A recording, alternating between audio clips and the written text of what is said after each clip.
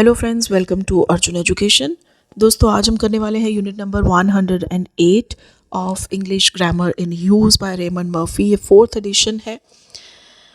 तो unit number 108 में हम लोग आज डिस्कस करेंगे सुपरलेटिव्स, जिसमें द लॉन्गेस्ट और the most enjoyable things etcetera, इस तरह के वर्ड्स को हम डिस्कस करेंगे। लेकिन उससे पहले अगर आपने हमारा चैनल अभी तक सब्सक्राइब नहीं किया तो प्लीज़ इसे सब्सक्राइब कीजिए और बेल आइकन ज़रूर प्रेस कीजिए ताकि हमारे आने वाले वीडियोस की नोटिफिकेशन आपको मिलती रहे। तो चलिए शुरू करते हैं सुपरलेटिव्स यूनिट नंबर 108 में। तो सेक्शन ए में यहाँ पे सबसे पहले हमें कुछ एग्जाम्पल्स दी हैं, तो पढ़ते हैं इन एग्जाम्पल्स को। What is the longest river in the world? What was the most enjoyable holiday you have ever had? अब यहाँ पे longest और most enjoyable ये superlative forms हैं, तो ये बेसिकली adjective ही होते हैं। adjective की जो second degree होती है वो comparatives होती हैं, जो हमने पिछले जो 3 यूनिट्स हैं वो हमने किए हैं, जिसमें adjective के बाद er लगता है, जैसे long, longer। फिर इसकी थर्ड डिग्री जो होती है उसे सुपरलेटिव बोलते हैं। इसमें लॉन्गेस्ट हो जाएगा, so long, longer, longest, cheap, cheaper, cheapest, easy, easier, easiest. तो इस तरह से इनका जो एक डिग्री है वो बढ़ती जाती है, इंटेंसिटी बढ़ती जाती है। ज़्यादातर जो छोटे वर्ड्स होते हैं उनको हम EST लगा के उसकी सुपरलेटिव फॉर्म बना सकते हैं, और जो लॉन्गर वर्ड्स होते हैं उनको हम मोस्ट लगा के सुपरलेटिव उनकी फॉर्म बनाते हैं। जैसे लॉन्ग का लॉन्गेस्ट हो गया, हॉट का हॉटेस्ट हो गया, इजी का इजीएस्ट हो गया और हार्ड का हार्डेस्ट हो गया। लेकिन जो फेमस है उसके आगे हम मोस्ट लगाएंगे। Most famous, most boring, most difficult, most expensive. तो इस तरह से हम सुपरलेटिव्स बनाते हैं लॉन्गर वर्ड्स का। इसके अलावा कुछ एक एडजेक्टिव्स होते हैं जो इर्रेगुलर नेचर के होते हैं, उनको हम EST या फिर मोस्ट लगा के भी नहीं बना सकते। वो बिल्कुल डिफरेंट वर्ड्स होते हैं, जैसे गुड, बेटर, बेस्ट, मच, मोर, मोस्ट, फार, फार्थेस्ट। तो इस तरह के वर्ड्स होते हैं।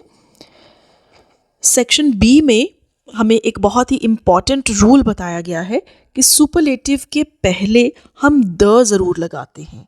जैसे yesterday was the hottest day of the year. The movie was really boring. It is the most boring movie I've ever seen. She is a really nice person, one of the nicest people I know. Why does he always come to see me at the worst possible?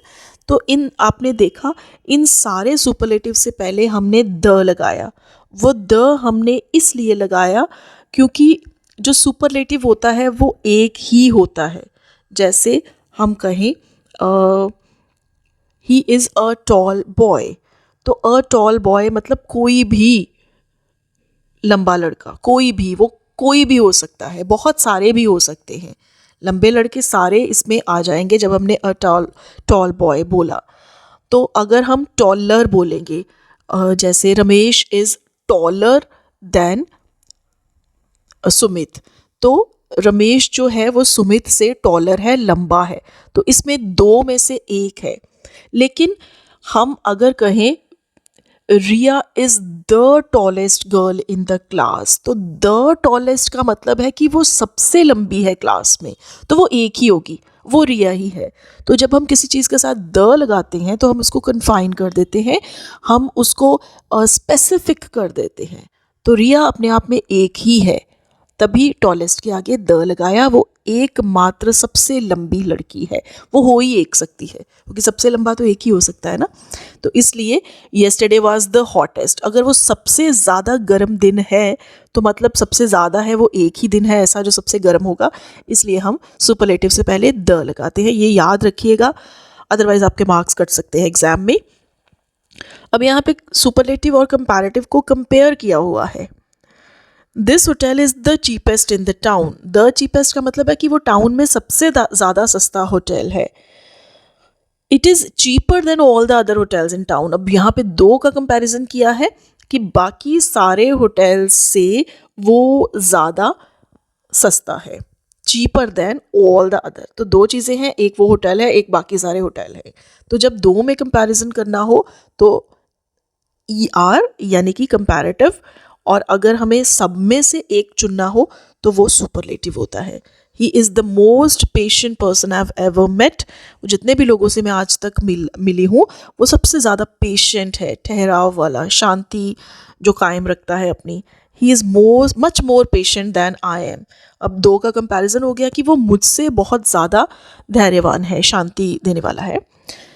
अब सी में oldest और eldest, important, very important from examination point of view, बहुत important है और इसका फ़र्क जानना भी आपके लिए बहुत ज़रूरी है being the student of English language. The superlative of old is oldest. तो ओल्ड का यानी कि पुराना, ओल्ड का जो सुपरलेटिव है वो फॉर्म है ओल्डेस्ट। जैसे that church is the oldest building in the town, कि जो चर्च है वो शहर की सबसे पुरानी बिल्डिंग है। यहाँ पे एल्डेस्ट नहीं आ सकता, यहाँ पे सिर्फ ओल्डेस्ट ही आएगा। दूसरी तरफ वी यूज़ एल्डेस्ट और oldest when we are talking about people in a family. जब हम फैमिली के लोगों की बात करते हैं तब हम एल्डेस्ट भी और ओल्डेस्ट भी लगा सकते हैं। जैसे my eldest son is 13 years old और माई ओल्डेस्ट सन, दोनों आ सकते हैं, दोनों लगा सकते हैं हम। Are you the eldest in your family और are you the oldest in your family, दोनों आ सकते हैं। लेकिन जहाँ पे ओल्ड का सुपरलेटिव है वो ओल्डेस्ट ही होगा। लेकिन when we are talking about the people in a family तो वी कैन यूज एल्डेस्ट और oldest, both are correct. Section D में after superlatives we normally use in with places. अगर हम प्लेसेस की बात करते हुए सुपरलेटिव लगाते हैं तो वहाँ पे इन आएगा सुपरलेटिव के बाद। जैसे what is the longest river in the world, दुनिया की सबसे लॉन्गेस्ट रिवर कौन सी है। रिवर ऑफ द वर्ल्ड नहीं आएगा, प्लेस मतलब रिवर एक हम इन द वर्ल्ड यानी कि प्लेस की बात कर रहे हैं तो वहाँ पे इन आएगा। We had a nice room, it was one of the best in the hotel. Again हम होटल की बात कर रहे हैं, वो एक प्लेस है तो इसलिए हम जिस रूम की बात कर रहे हैं, होटल में किसी रूम की बात कर रहे हैं तो इन आएगा। We also use in for organisations and group of people. जैसे कोई क्लास है या कंपनी है, इस तरह की ऑर्गेनाइजेशन जो लोगों से बनी होती है, अगर हम उनमें से किसी की बात करते हैं, सुपरलेटिव लगाते हैं वहाँ पे, तब भी इन आएगा। जैसे who is the youngest student in the class, who is the brightest member of this company, who is the brightest member in this company, sorry of बोल दिया मैंने, यहाँ पे इन आना है। तो ऑर्गेनाइजेशन या ग्रुप ऑफ पीपल से बनी किसी भी तरह की कंपनी है, क्लास है, कम्युनिटी है, तो उसमें इन आएगा, ऑफ नहीं आएगा। For a period of time we normally use of, लेकिन जब हम पीरियड ऑफ टाइम की बात करते हैं, जैसे ईयर है, लाइफ है, मंथ है, वीक है, विंटर है, तो हम पीरियड ऑफ टाइम के लिए हम ऑफ लगाते हैं सुपरलेटिव के बाद। जैसे yesterday was the hottest day of the year, what was the happiest day of your life, तो ये टाइम पीरियड की बात है। ई में we often use the present perfect after a superlative. Present perfect जिसमें हम हैज़, हैव और third form of the verb लगाते हैं। तो इसमें what is the most important decision you have ever had to make. तो अगर हमें सुपरलेटिव के बाद टेंस लगाना पड़ता है तो हम प्रेजेंट परफेक्ट टेंस लगाएंगे। जैसे तुम्हारी ज़िंदगी का सबसे इम्पॉर्टेंट डिसीजन क्या था जो तुमने आज तक लिया, तो you have ever had to make. That was the best holiday I have had for a long time. The best superlative है और उसके बाद I have had for a long time. I have had, तो ये भी present perfect है। तो दोस्तों ये था यूनिट 108 जिसमें हमने सुपरलेटिव डिस्कस किया। मेरे ख्याल से काफ़ी सिंपल था और बड़े अच्छे ढंग से इस बुक में दिया हुआ है। आई होप आप इसे समझ गए होंगे और यहाँ पे एक्सरसाइजेस दी हुई हैं जिसमें आप ये सारा कुछ अप्लाई कर सकते हैं। एग्जामिनेशन पॉइंट ऑफ व्यू से अगर मैं कहूँ तो 108.2 एक्सरसाइज जो है वो सबसे ज़्यादा इम्पॉर्टेंट है। आप इसको बहुत ध्यान से कीजिए।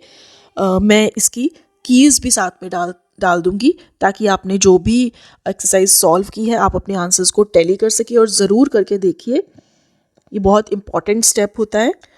तो ये था हमारा आज का वीडियो। दोस्तों, आपको ये वीडियो कैसा लगा? अगर आपको ये वीडियो अच्छा लगा हो तो प्लीज़ इसे लाइक कीजिए, अपने दोस्तों के साथ शेयर कीजिए और हमारे चैनल को सब्सक्राइब कीजिए। और ऐसे ही और वीडियोस देखने के लिए please stay with us. Thank you.